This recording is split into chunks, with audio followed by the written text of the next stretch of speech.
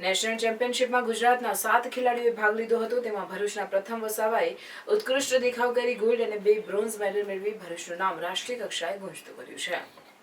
લુધિયાણા, પંજાબ ખાતે તારીખ 29/3/2025 થી તારીખ 21/4/2025 દરમિયાન રોલર સ્કેટિંગ નેશનલ ચેમ્પિયનશિપ યોજાઈ હતી, જેમાં ગુજરાતના 7 ખેલાડીઓએ ભાગ લીધેલ. જેમાં ભરૂચ તાલુકાના પ્રથમ કુમાર રાજેશભાઈ વસાવા, જે ઇન્ટેલેક્ચ્યુઅલ ડિસેબિલિટી ધરાવે છે અને કેજીએમ હાઈસ્કૂલ ભરૂચમાં અભ્યાસ કરે છે, તેઓનો પણ સમાવેશ થતો હતો.